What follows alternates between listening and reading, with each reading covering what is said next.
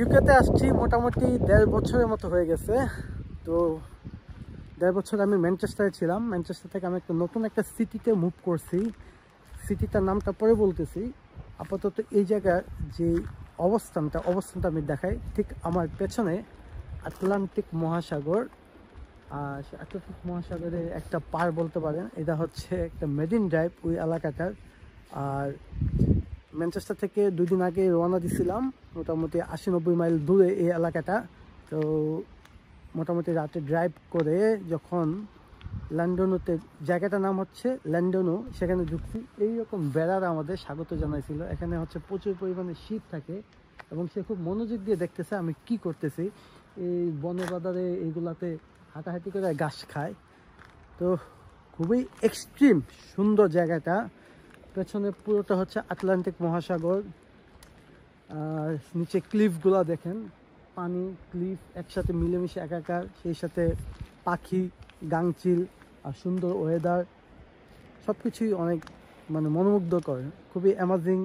যখন সামার টাইমটা আসে খুবই সুন্দর লাগে।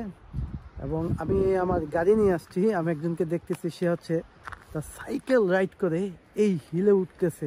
কি এনার্জি, আসলে না দেখলে বোঝা যাবে না, বাট সে এক্সারসাইজ করতেছে, শরীরের জন্য ভালো।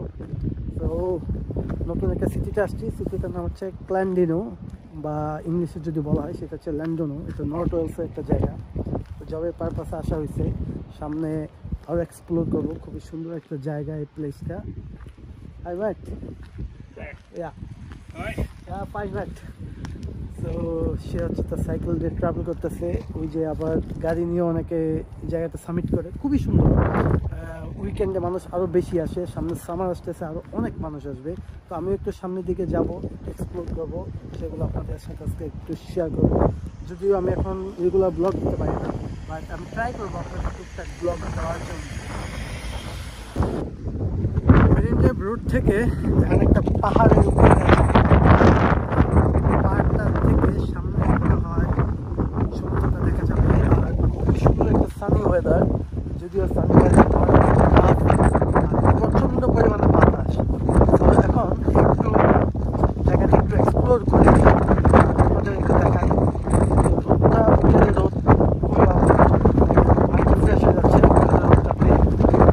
এত সুন্দর হয়ে যাচ্ছে আসলে কান্ট্রি সাইডে না আসলে বোঝা যেত না।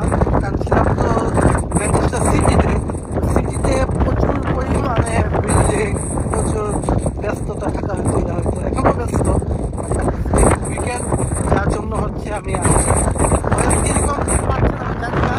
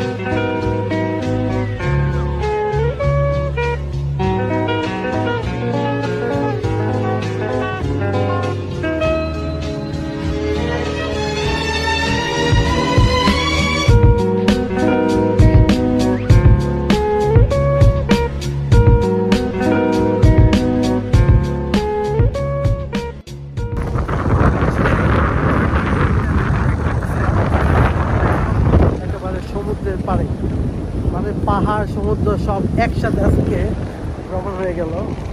একেবারে কক্সবাজারের একটা ফিল পাচ্ছি। অনেকদিন ধরে কক্সবাজার যাওয়া ইচ্ছে ছিল, এখানে একটা সেই ফিলটা পূরণ হয়ে যাচ্ছে। আসলে এরকম স্যান্ডি বিচ আমি আসলে কখনো এসে যাওয়া হয় নাই।